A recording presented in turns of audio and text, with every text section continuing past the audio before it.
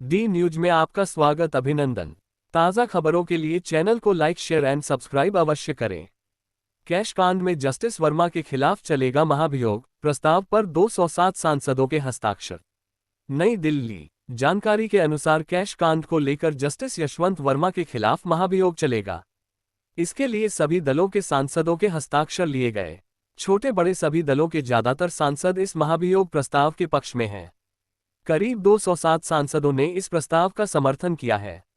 लोकसभा अध्यक्ष ओम बिरला को सौंपे गए नोटिस पर नेता प्रतिपक्ष राहुल गांधी, भारतीय जनता पार्टी के वरिष्ठ नेता रविशंकर प्रसाद, अनुराग ठाकुर समेत कुल 145 सदस्यों ने हस्ताक्षर किए हैं।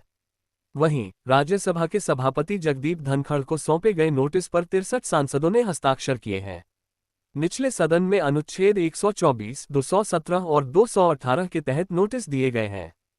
किसी न्यायाधीश को हटाने के प्रस्ताव पर लोकसभा में कम से कम 100 और राज्यसभा में 50 सांसदों के हस्ताक्षर होने चाहिए।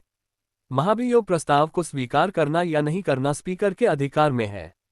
प्रस्ताव स्वीकार होने की स्थिति में कमेटी बनाई जाएगी, जो 1 से 3 महीने में रिपोर्ट देगी। कमेटी में सुप्रीम कोर्ट, हाई कोर्ट के जज भी शामिल होते हैं।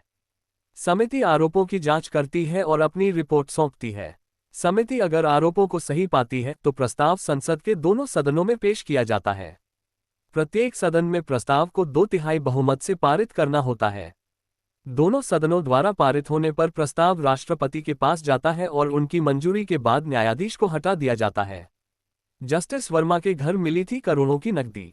दरअसल 14 मार्च को होली की रात करीब 11:35 बजे जस्टिस वर्मा के सरकारी बंगले में आग लग गई थी। वह दिल्ली से बाहर थे। उनके परिवार वालों ने आग बुझाने के लिए फायर ब्रिगेड को फोन लगाया। आग बुझाने बड़ी संख्या में पुलिस बल आए। इस दौरान वहां कथित तौर पर बड़ी मात्रा में नोटों की गड्डी मिली थी। बताया जाता है कि एक पूरा कमरा नोटों से भरा मिला था। महाभियोग से पहले एससी पहुंचे जस्टिस वर्मा। महाभियोग की तैयारी से पहले जस्टिस वर्मा ने इन हाउस जांच रिपोर्ट को सुप्रीम कोर्ट में चुनौती दी है। रिपोर्ट में नकदी का स्रोत न बता पाने पर महाभियोग की सिफारिश की गई है। जस्टिस वर्मा का दावा है कि स्टोर रूम पर उनका कोई नियंत्रण नहीं था। सुप्रीम कोर्ट का फैसला रिपोर्ट की वैधता तय करेगा। 4 मार्च 2025 को जस्टिस वर्मा के घर आग लगने की घटना के बाद करोड़ों की नकदी मिली थी। जांच समिति की रिपोर्ट में पाया गया नकदी जस्टिस वर्मा और उनके परिवार का था और उन्होंने इसका सोर्स नहीं बताया। इसके बाद जांच समिति ने महाभियोग की सिफारिश की, जिसे केंद्र सरकार ने गंभीरता से लिया है। इसी कैश कांड के बाद जस्टिस वर्मा का दिल्ली हाई कोर्ट से इलाहाबाद हाई कोर्ट ट्रांसफर किया गया था।